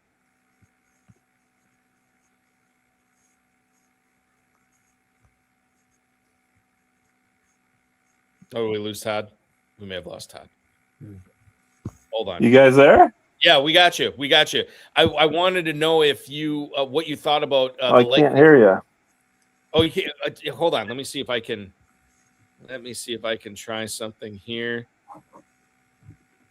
Okay, Todd, you got us now? No, nothing. Can't hear us. Balky, I think in a way that we never use in a position we never use in fantasy football is the punter. But I think that, Todd would agree. Sorry, guys, I can't hear you. We might have to punt on this one and invite him to call back later in the draft. Yeah. So Todd, I'm gonna bounce you out right now. I'm gonna send you a message if I can, and see if we can get you back on. Because I do want to talk about that Bowers. We talked about a little bit in the first round that, we talked about McCaffrey slipping, but Bowers slipped a little bit as well. So very, very interesting stuff there. And rather than have us wax poetic on that, what I'm going to do is bring in our next guest here. And we'll hopefully hook up with Todd here shortly. But I do want to bring in our next guest because I said Ferrell, I said he was the Nick Fury of fantasy football, bringing in all these great fantasy football players together, and he's co-owning a lot of these teams with some of the great champions of the FFPC. He's formed his own Avengers squad, and he's drafting with Captain America and Iron Man tonight in Hubbard and Sousa. He is at Fantasy Sopranos on X, no stranger to this show. Steve Yergalos, welcome in, my friend. How are you tonight? What's up, guys? We're loving life. We're loving watching you guys draft from the 11th spot. Tell us what that conversation was like when McCaffrey was on the board at the 111 for you guys. No, I'll have that conversation with Hubbard in the morning. Hubbard's playing poker and Nelson's playing poker. So I'm drafting completely by myself. So that's hilarious. The only thing I do know is that when Hubbard sees me take McCaffrey, he might not talk to me for 2 days. But at the 111, I figured it was worth something. You know what I'm saying? I do. I know exactly what you're saying. Hubbard is the only poker player in history that dislikes getting aces. I mean, I don't know if he's an ace, but I've decided to become a more disciplined drafter. So I told myself anytime McCaffrey drops below 110 that I would take McCaffrey. So I took him. Did you hear my question? Were you listening when I made the observation of Watson over Montgomery? Was there any decision for you to pull the trigger on Montgomery and take your turn? I thought that Montgomery would come back to me. I didn't think this guy was going to take. I thought this guy was going to take a couple wide receivers. I didn't think he would take Montgomery. You gambled that he would come back. It wasn't a big. It wasn't a big thing because we did move Brian Thomas up, so it was either Montgomery, Tate, or Thomas. Those are the three guys I had. So, but you had Watson in front of all of them. I mean, I had Watson. To me, I just said it last time I was on. Yeah. I think Watson is this year's Chris Olave. Oh wow! Yeah, this year's Chris Olave caught 100 passes last year. Watson isn't catching 100 passes this year. I don't know. You don't know. I think that if you guys watched the last couple of games he played, he was a different receiver. He's more complete. He's running routes. He's not just stretching the field. They thinned out the wide receiving core. I'm assuming that they're going to concentrate it. Yeah, concentrate it. Right. I mean, you're the Packers. You're the resident Wisconsin Packer fan. Yeah, that's true. So yeah. Look, again, I've drafted so many of these. I'm just that this is probably my first or second share of McCaffrey. So you got to do that. But Watson, my opinion on him. I think that Luther Burden, again, a lot of upside. This team is kind of like a tournament team. It's you got as I play more and more through the years, and you play with guys like Hubbard and Nelson. They play for the tournament. They regular season's great. Get me enough bullets in the gun, after week 14, and let's take shots at it. So if you look, I've kind of built this team that way. I took Quentin Johnson to make Ferrell happy. I took Quentin Johnson to make Ferrell happy. So there you go. And Justin Herbert, I think, has a real possibility of being QB1. I think it's between him and Drake May. So, and then I didn't think Keaton Mitchell was going to drop to me. So I said, wow. Well, you know what, Steve, what's interesting about your squad is, you just mentioned a bunch of them. You have Quentin Johnston, Justin Herbert, and Keaton Mitchell. We were talking with, or Adam Hahn was posting in the YouTube chat earlier about getting pieces of Ben Johnson's Bears offense is probably a smart thing to do this year. You're acquiring pieces of Mike McDaniel's offense in Los Angeles. Has that been something that you've been doing, whether it's, Hampton or Herbert or McConkey or anybody? I know you're down on McConkey, if I remember correctly. Yeah, you know me better than I know myself. Right, yeah. All right. No, Yeah, you guys know that I'm high in Hampton because in Kentucky I try to take him almost every draft. Yeah. So I think that offense is going to be pretty spectacular. If the offensive line, again, it's a big if. I mean, if the offensive line holds up, you saw what Herbert could do. Quentin Johnson can. I like Quentin Johnson because he's cheaper than McConkey. When you got to. I've drafted so much that I could, in my sleep right now, I could tell you where guys I'm going to take risks on. I didn't win on Montgomery, but by the time we draft in Vegas, Brian Thomas is going to be in the 4th round the way they're steaming him up. So, I mean, at the end of the day, Quentin Johnson's a value. Justin Herbert, I feel, could be the overall QB1. I think him and Drake May are going to fight for that. I love Josh Allen. I mean, he's going to be there also, but these guys, I like Justin Herbert. I think that where I got him, where I give him a 9-10 turn, I mean, you can't go wrong there, right? Fantastic. There is talk, and I can't remember who it was on YouTube, was really surprised to see Kincaid go in the 7th. And that's where you took him. Obviously, Dalton Kincaid for you was the 711. And I think his ADP, Steve, is like 805. So it's not like you overdrafted him. I mean, I don't know who this guy is, but I could tell you one thing, that me and Abib fight to get him in every draft we're in. So if that guy's targeting Kincaid, believe me, he's a good pick. Okay. So, and not only that, he's also been talked up. Who else is on the board? If this guy could tell me I missed the tight end, that I didn't, and I took Kincaid, that's great. But I mean, Kincaid's the best tight end on the board with the biggest upside. And, there's no reason why I shouldn't take him there. Zero. I think the thing with Kincaid here, and I'm with you, like I've been drafting him a little bit more lately. Ferguson went after him, which, okay, I get maybe some people would like Ferguson better. I happen to like Kincaid better because I think the ceiling is higher. There you go. And then the other pick that I think you could make a case for is Mark Andrews. But then you look at what the Ravens did. I almost double tapped. I almost took Kincaid and Andrews. Yeah. And so when you consider adding the 2 receivers there, adding the 2 tight ends, to me, Kincaid is much more exciting. It's more of a fun pick than Mark Andrews this year. So I don't fault you for that at all. Somebody else also said, and this is surprising to me, you took Brian Thomas over Parker Washington, Steve. Yeah, and I mean, is that surprising? I like Parker Washington, but Which is why I'm asking you the question, because I do know you like Washington, and then all of a sudden I see BTJ go off the board to you when P-Watch is still out there. So here's the way I look at I'm looking at this stuff, right? And it's not a main, it's a big gorilla. Right. When we get together live, Brian Thomas is going to go at the 4-5 turn, okay? Because they're gonna steam him up. You see the hype that's going on here. Me and Hubbard were going back and forth. Not going back and forth. Actually, we were drafting A.J. Brown in the 3rd round and Devonta Smith in the 4th round on every early big gorilla. Why? Because look where A.J. Brown's going now, and look where Devonta Smith's going now. So you have to kind of draft to know how you're going to get a unique build in this tournament.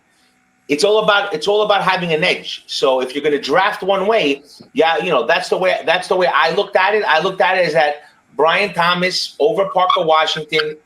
I know it's debatable, but I feel that in the build that I had here, I like Brian Thomas. I actually like Carnell Tate better than all of them.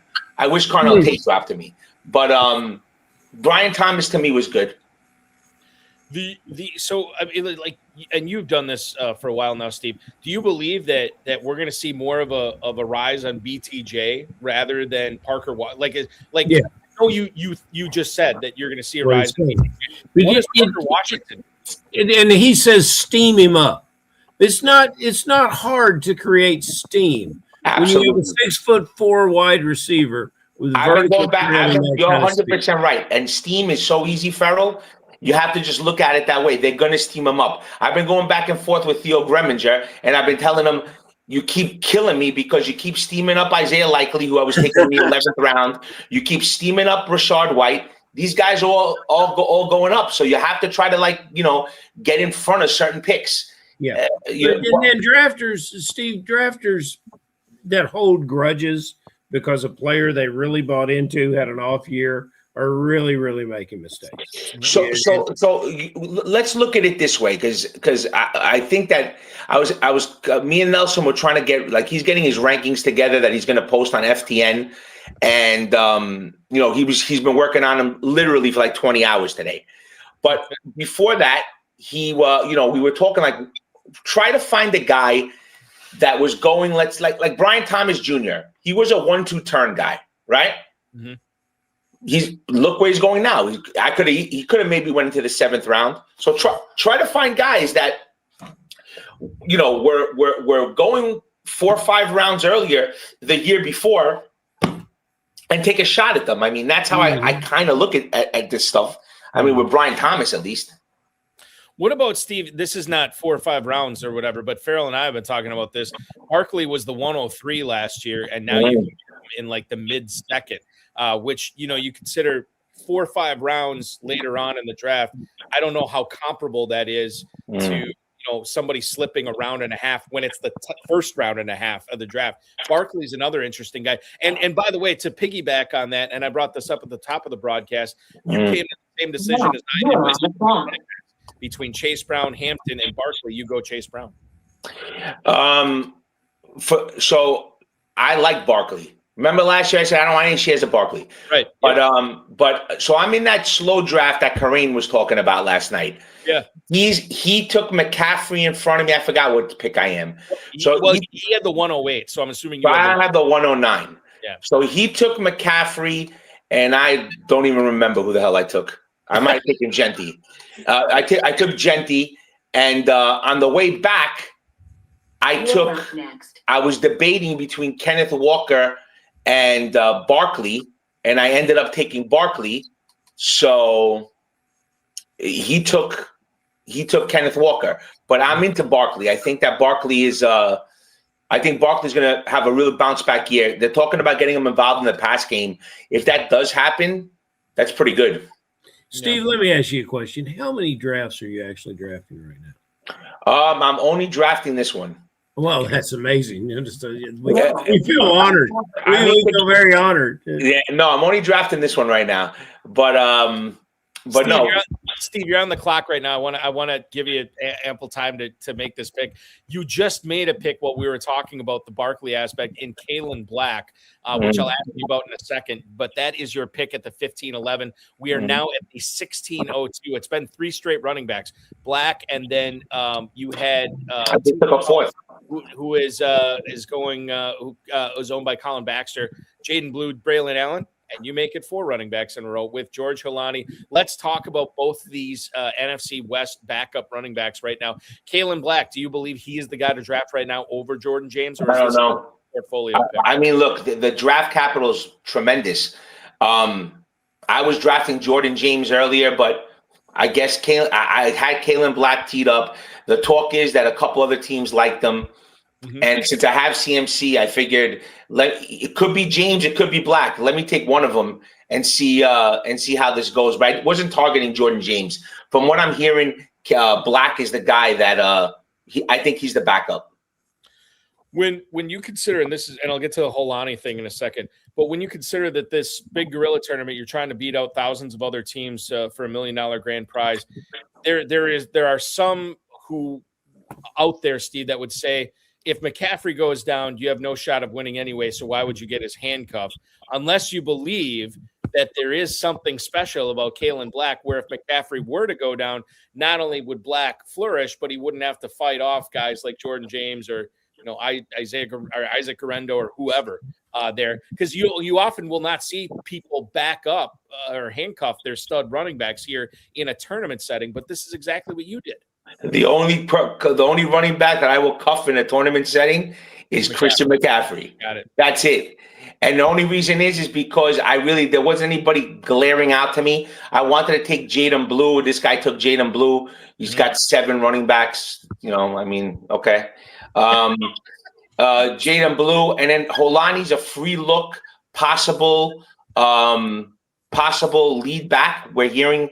Remember me talking about in Kentucky, Balky? I took Holani quite a bit. You did. I took Holani quite a bit because they like him. So I think. Plus, he is a free look. So if it ends up not being anything, you can just drop him and try to pick up something else. But he's an upside play. So a couple of sharp guys that I draft against have been taking him. So I figured, I'm trying to build a little upside in these late rounds. To me, Holani was I wanted Jaden Blue, to be honest. I think Jaden Blue, I think he got rid of the Louis Vuitton cleats and now maybe he's got his head screwed on. I thought I was talking with Ferrell last year, and he liked Jaden Blue before all the nonsense. So I feel that Jaden Blue could have a season. I think he could have a decent season. They want to try to go Thunder and Lightning too with Javonte. I'm not in on Javante's price. I was in on him last year a little bit. But at this point, I'm not taking him in the third round. The way I think he's going in the third round, I wouldn't. I'm more of at that point of value, and I think that in the third round, there's guys that I like a little better. So, in that fifth round that you were talking about, that fifth round, that's a great RB round. It's a great RB round. So I think we pushed. I think Jadarian Price got pushed up a little bit, but I don't know. Is he going in the fifth round? Price.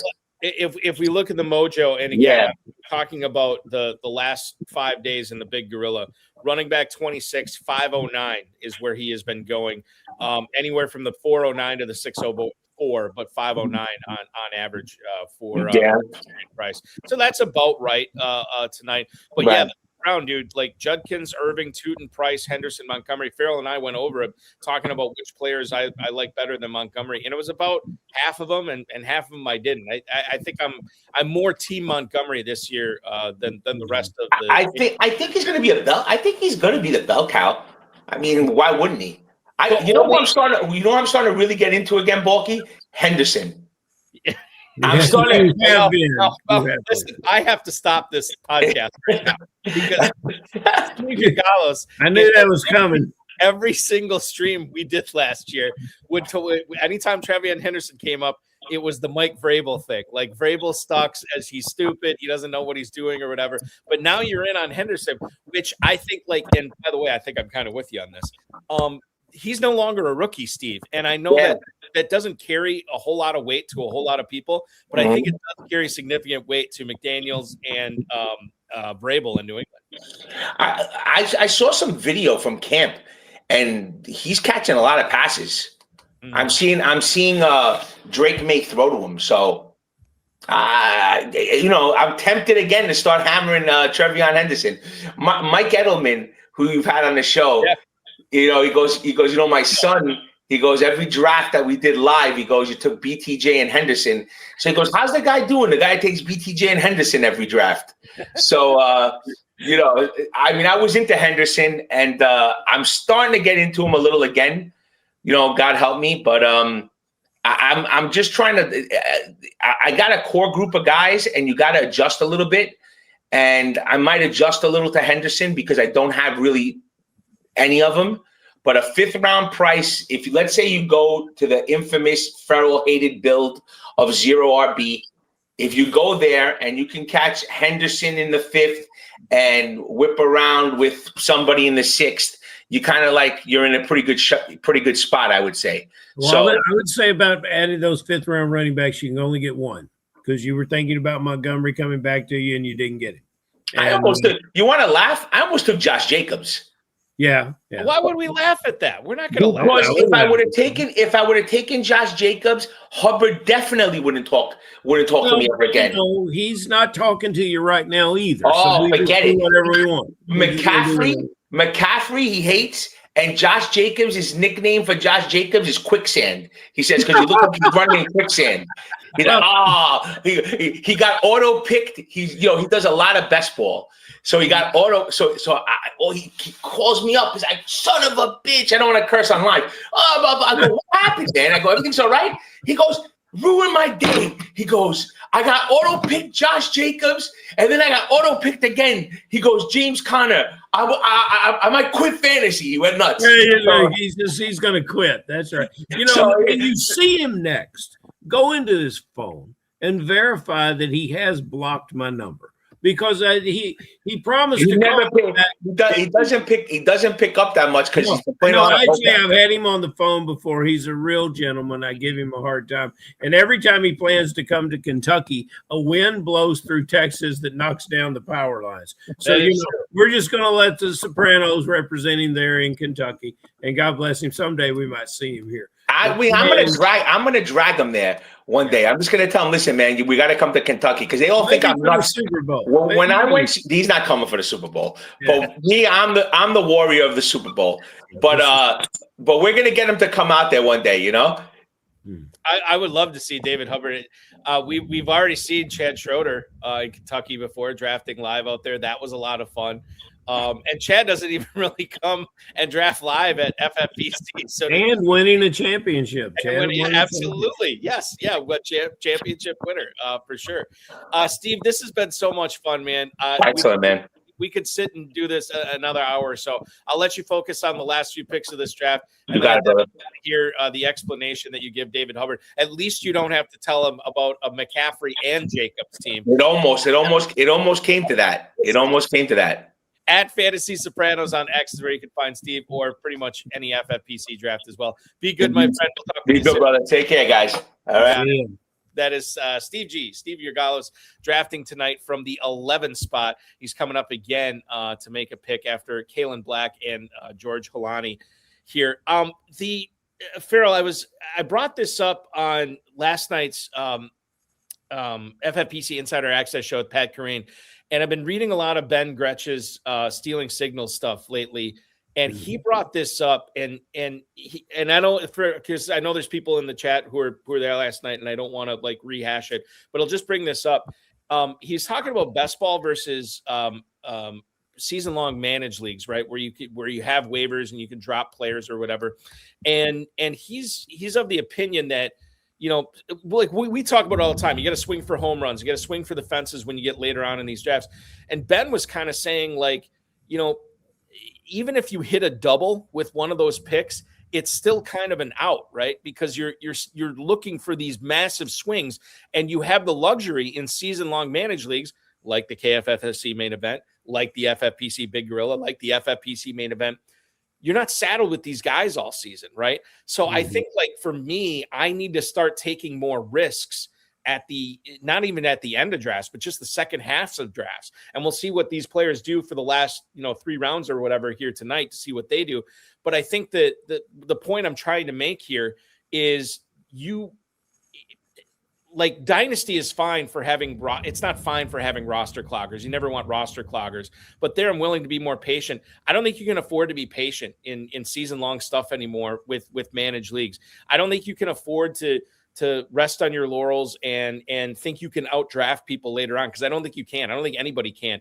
I think it comes to be the people who win these tournaments and the $1 million and that comes with it in the FFPC. Those are the people that are constantly, not just like every couple of weeks, constantly doing that roster churn with 4 or 5 players on their roster, knowing that they do have some strikeouts, they do have some outs on this team, and they have to look for these home runs off the waiver wire. I always thought that was kind of reckless to do, but now I feel like that with this breadth of information that everybody has access to right now, I really think the edge might be gone in that, and now the edge is just taking more chances and firing more bullets to trying to figure out, what do I need to do off the waiver wire? Maybe this is the guy this week. Maybe this is the, I know I'm being very wordy here, but I think that the point I'm trying to make is we need to be more reckless at the ends of drafts, and we'll see what these players do tonight. Okay. I get where you're coming from, and I understand that if you fall in love with your drafted team and you ignore what you're seeing in the season, we got a much longer season now. We got bye weeks, which gives players opportunity to coaches opportunity to shuffle their understanding of players. They look at it and think about it. Sometimes maybe they think about it too much, but it's a situation where more players get opportunity. I've heard that before, Johnny. That's really good. Balky, I'm looking at this draft, and you've made a fine point there. But I'm looking at this draft, and do you see certain steals of the draft that you absolutely like? Like, I'm going to the first pick of the 11th round. I think Jalen Coker being available there is just wild, and that's a player that I would have drafted possibly in front of a couple guys that went in a round before.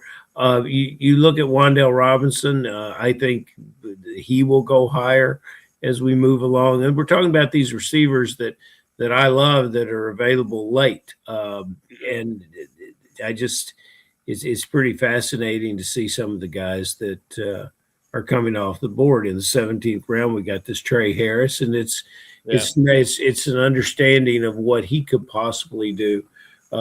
We just heard our favorite soprano say that he thinks Herbert's the number one quarterback this year. Well, if he is, Trey Harris is going to help with that. So, it's just a lot of things that you look at this draft board, you think about. You know what's interesting? And by the way, so I'm going to make a point about the Chargers in a second, but before I forget, this will blow your mind, Ferrell. Jalen Coker, you think he's a steal at 11:01. His ADP over the last 5 days in the Big Gorilla, 12:06. Yeah, it's crazy. So technically, you could look at it from the aspect of like the way that you looked at it, that Osborne and Daggett, who are drafting one, overdraft or got a steal on Coker at 11:01, and then there are other people like, look where he's going. You overdrafted him, but at that point too, if you do like Coker, he's not coming back to you probably is not coming back to you at the end of the 12th round. So and sometimes you got to follow that money. You've got to look at what a team's doing and say, you know what, this makes sense that they're elevating this player. And we've seen some players, there's some good players. This Minnesota quarterback thing is obviously like a infection of the depth chart. Jawan Jennings is a pretty good wide receiver, isn't he, in Minnesota? He's nowhere on this draft board. Yeah. Well, the other thing, I mean, in regards to that, is you have Jefferson and Addison there and some uncertainty at quarterback. And so Jennings, I think and I haven't made up my mind on this. I have to do more research on it, but I think like his blocking ability is so good. And I wonder if Minnesota signed him and like that there's going to be a lot of blocking going on for Jennings this year. I don't know if that's I think his contested catch is very good, and that puts him in a situation to bail out those quarterbacks a lot. So that's something. I'm going to make a point about. I said I was going to make a point about the Chargers. I want to answer this real quick. Tom Smith, our good buddy, who was just on extra reps last month or whatever it was. It's all blurring together at this point of the year. Balky, will you be doing live Big Gorilla Tuesday, June 23rd? I can answer that. No, I will not be. However, that does not mean we are not broadcasting that live. We are broadcasting that live, or streaming it live, I should say, on the FFPC YouTube channel. That will be the Three Goombas. Which will be Aiden LaCorey, Dave Tripoli, and Jake Venuti that will be handling that live Big Gorilla draft. That's a good crew. It is a very good crew. And you can check that out. I believe that is an 8:30 start. I'm going to look it up right now just because I know there's spots still available. And anybody who like maybe wanted to get in this draft tonight and couldn't, or maybe people drafting tonight want to do another one. It is 8:30 p.m. Eastern time on June 23rd. That is live on the FFPC YouTube channel, and that will be 11 spots open still on that. So plenty of time to register and get that going as well. Okay. I wanted to make this point about the Chargers here before I forget. So Rondé Gadsden's value really took a big hit when they signed Njoku, Ferrell. And I'm wondering if the next domino will fall here with Trey Harris, maybe to a certain extent, Ladd McConkey. I don't know if it affects Quentin Johnston too much. Who's the GM in Los Angeles? Is that Telesco still? Or No. It's not? No. I should know this. I should know this. The Chargers GM is Joe Hortis. Came from the Ravens. Okay. Hortis has had the opportunity multiple times now to say we will not be signing Keenan Allen. Yeah. And he never says officially. No, sir, he doesn't. So so that's what I'm worried about. Like, now, granted, with some of these, I think McConkey is really the only one it would really hurt because of what you're paying for Quentin Johnston and what you're paying for Trey Harris. Mm-hmm. But Harris is going to go from like late round sleeper to like waiver wire fodder if Keenan Allen finds his way back on this Chargers roster. Thinking that Keenan Allen, after an 82 catch season, doesn't play football this year is well, you know, I keep coming back to this, and who drafted Chigakonkwo tonight? It was Steve, and I was going to bring this up with Steve, and we ran out of time. The Commanders right now, and Corain and I were talking about this last night. Like, how do you handle Antonio Williams? How do you handle Chigakonkwo, knowing that Stephon Diggs is still out there, knowing that Keenan Allen is still out there, knowing that Brandon Ayuk is probably going to be out there shortly? I wonder how you handle players like that, knowing that like they could look really, really good right now, but we fast forward to September, they might not be looking all those great picks anymore. I gotta believe Washington's going to sign somebody there. I don't think you go to battle this season with Antonio Williams as your number 2 wide receiver, do you? Mm-hmm. No, and that's why we have drafters here in the 16th round taking Trey Tucker, who will have a role and could expand that role with the Raiders. We go back to Coker, and I love that pick. We haven't talked about Jacoby Myers tonight, and everybody wants to cede the receiver situations in Jacksonville to a tight end that I'm not particularly impressed with. He looks good, but he's a good football player, but I don't see him putting those numbers up. Myers is just a wonderful football player that quarterback is going to rely on when he's on the field. The biggest thing that I can agree with tonight is Khalil Shakir going in the 13th round. I think that's just about right. I think that's just about right.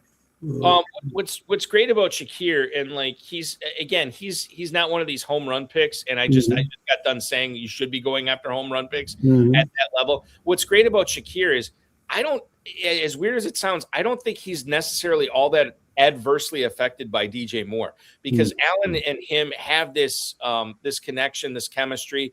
Shakir is going to be a great guy to plug in for bye weeks as you're, just having him on your team as a number 5 or number 6 receiver, to be able to plug him in when you need somebody or an injury hits. That he's going to float right around 10 points. Where did your friend Josh down? Oh, I see him now. Second pick of the 9th round.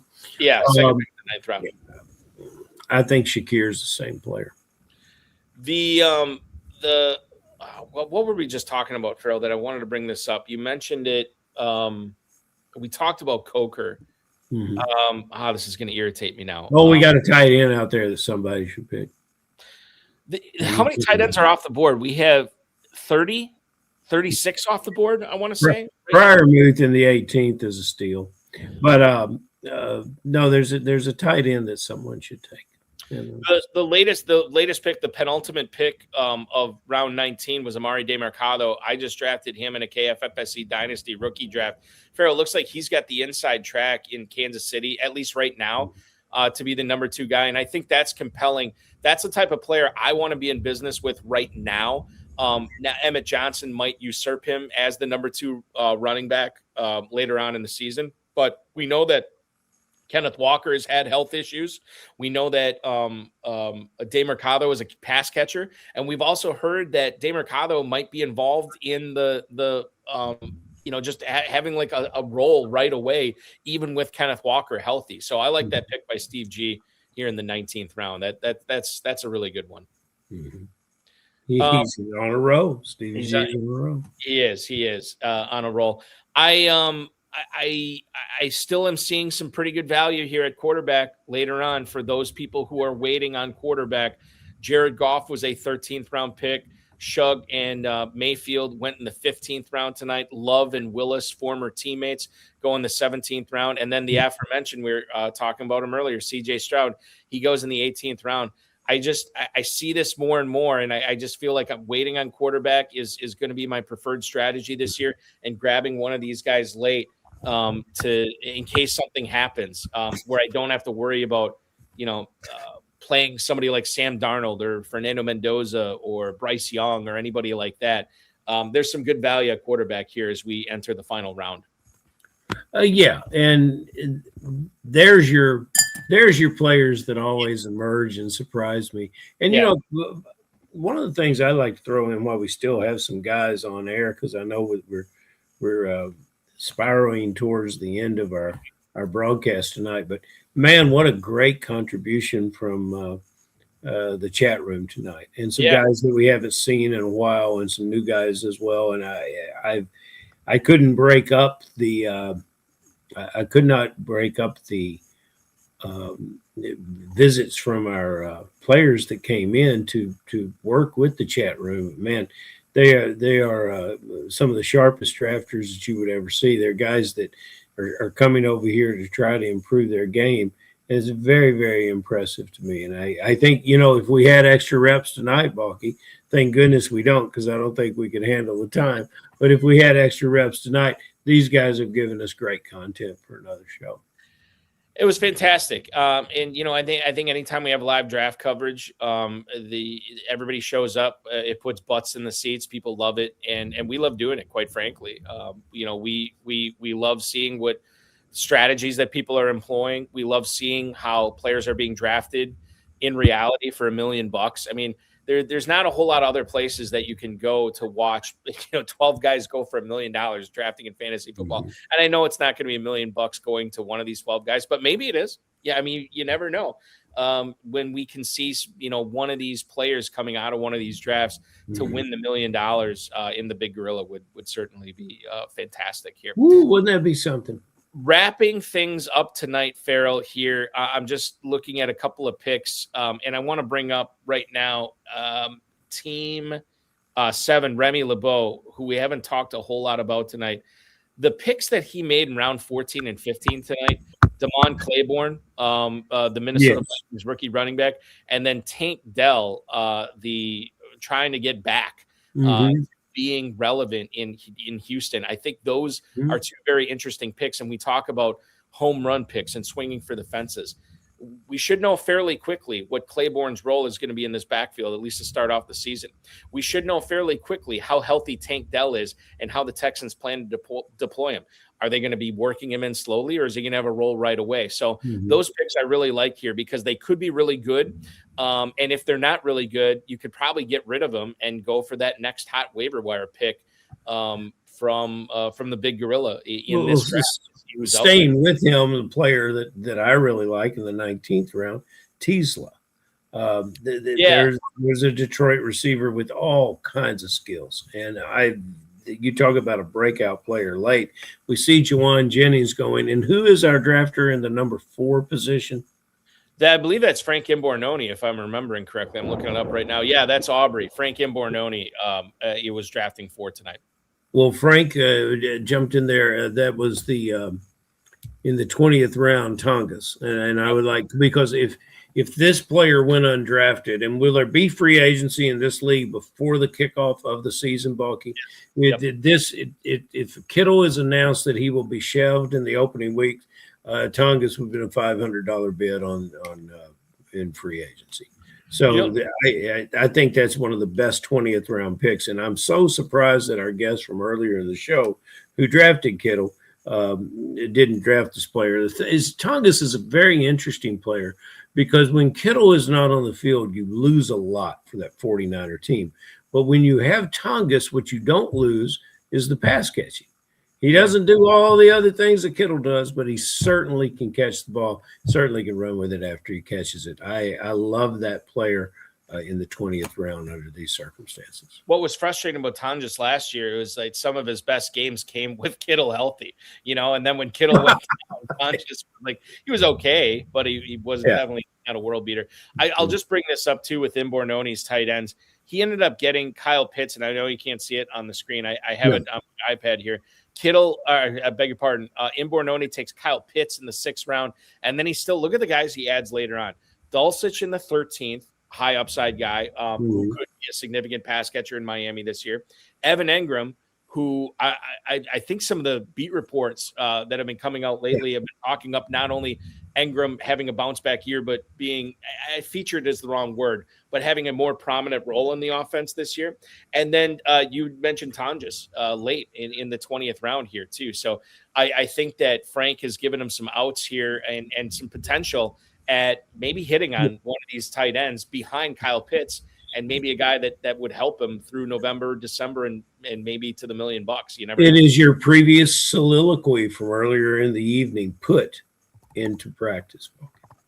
We will put that into practice. And if you are looking to practice any of the advice and any of the things that you've seen tonight on tonight's show, as we take this, I'm going to take this board off. Just get back to me and Ferrell here now that the draft is done. MyFFPC.com, a great place to go. KFFSC.com is a great place to go. Just had another Draft Master fill up there that I'm in. We got a couple of spots left in a main event, a couple of spots left in a in a Sweet 16 Best Ball Championship. I'm in both of those. So if you want to compete in those, KFFSC.com is where to go. Ferrell, we are back on our regular schedule next week. Next Wednesday, we will be live again at 10 p.m. Eastern, back when I'm in cold, dreary Wisconsin, which I look forward to at some point, just not right now. Thank you so much for hanging out with me on a Friday. Enjoy your weekend, and we will do this again on Wednesday. I look forward to seeing you, sir.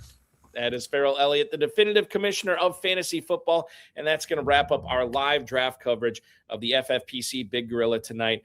So many people to thank. My goodness, we had a lot of – so number one, shout out to the chat room. You guys were awesome tonight. I do want to thank those people who were able to join us live. Chris Gollin, Igor Gorbenko, Todd Aaron, Steve Yergalos. Great to hear from those guys tonight. Also want to thank Ferrell Elliott, the FFPC, Rob, Bryce, and of course, each and every one of you. But by the way, Bryce doing double duty, commissioning this draft tonight as well. We will be back next Wednesday, as I said, 10 p.m. Eastern time. The 17-time FFPC League champ, Ryan Erickson, will join us on Wednesday night. Extra Reps returns next Friday at 10 p.m. Eastern time as well. In case you missed last night's FFPC Insider Access show, Pat Corain from Legendary Upside was on. A lot of great best ball stuff. In fact, I think that was the show, the Insider Access show, that we have talked the most about the FFPC Best Ball Tournament. I know a lot of the stuff is normally about Big Gorilla. We got into a lot of best ball stuff last night with Pat. Really informative. So go back and watch that on the FFPC socials when you get a chance. For next week, I think that's what, it's Erickson on the HSFF Hour on Wednesday. And then Thursday, FFPC Insider Access, 7 p.m., 2 full hours. Myself and Yahoo Fantasy Sports, Scott Pianowski and I are going to chop it up. That's going to be good. And then we'll have Extra Reps 10 p.m. on Friday as well. FFPC main event, $1 million grand prize. After you buy your first team, you're getting $600 off each additional team. The FFPC Big Gorilla, a draft we covered tonight. Don't forget, $350 to enter, $1 million grand prize. 7 Bananas promo is live. And congratulations to the Midweek Mayhem winners. I know Cullen Hoffman was in here earlier tonight asking, and I forgot to post the message. If you wanted to see if you won, I put the 3 winners in the FFPC email that went out today. So you can check that out there. Sorry, Cullen, you were not one of them. But the 3 winners are posted in there. And you never know. We might bring back Midweek Mayhem next week. I don't know. We haven't talked about it yet. The FFPC Best Ball Tournament now features a $400,000 grand prize as opposed to a $300,000 grand prize, is what it was last year. The Superflex Best Ball Tournament, still just $35 to enter. $100K is the grand prize there. Baby Gorilla, $100K grand prize, $125 to enter. The exact same format as the Big Gorilla, just only $125 to get in the door there. FFPC Dynasty Startups, Empire Dynasty Startups filling up now at myffpc.com. We have FFPC Chop Leagues starting at $35. So you just don't want to be the lowest scoring team in your league on any given week, and you'll win your league. And then Player One, FFPC Player One, an exciting thing that we've introduced this week, had hundreds of drafts go off already. You're drafting against 11 smart FFPC CPU teams, and you can draft at your pace, slow, medium, fast, whatever you want to do, and win money or win entries into future FFPC tournaments. And you don't have to wait for a draft to fill. Once you register, the draft is going to start. And you can win 10x your money. If you go with a random spot, you can pick your draft slot and win 9x your money. A lot of great stuff. MyFFPC.com. Check it out. Player One is something we just introduced this week. We're very excited about it. And it seems like players are very excited about it as well. So great stuff there. Thank you so much for watching, everybody. Remember to like this video, subscribe to the channel, comment on the video, share it with your friends, share it with your enemies, and get notified each and every time we go live, which will be next Wednesday at 10 p.m. Eastern time. And I should mention too, Tuesday, as Tom Smith pointed out, we will be live as well. I won't be, but Aiden LaCorey, Dave Terpoli, and Jake Venuti will be covering a live FFPC Big Gorilla Tournament draft. 11 spots available there. Sign up now, myffpc.com, myffpc.com. Without further ado, that is going to do it for our show. For Ferrell Elliott, I'm Eric Balkman. This has been the High Stakes Fantasy Football Hour. Your weekend officially starts now.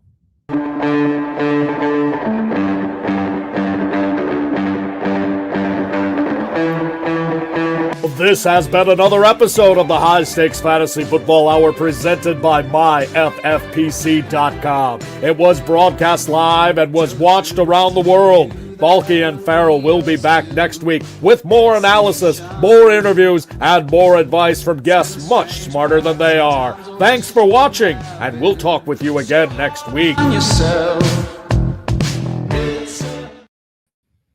I normally mention this, but I think I'm too late on this because of how late we went tonight on this draft. The FFPC Big Gorilla Midnight Draft is full, it looks like. Okay, so Big Gorilla drafts resume at 1 p.m. Eastern time tomorrow. You can draft for $1 million all weekend, and then check out Player One as well. Something we're very proud of, we're very excited about, and we'll see where it goes from there. Thanks for watching, everybody. Appreciate you hanging out for 2 full hours of live draft coverage tonight. We'll talk with you again next Wednesday.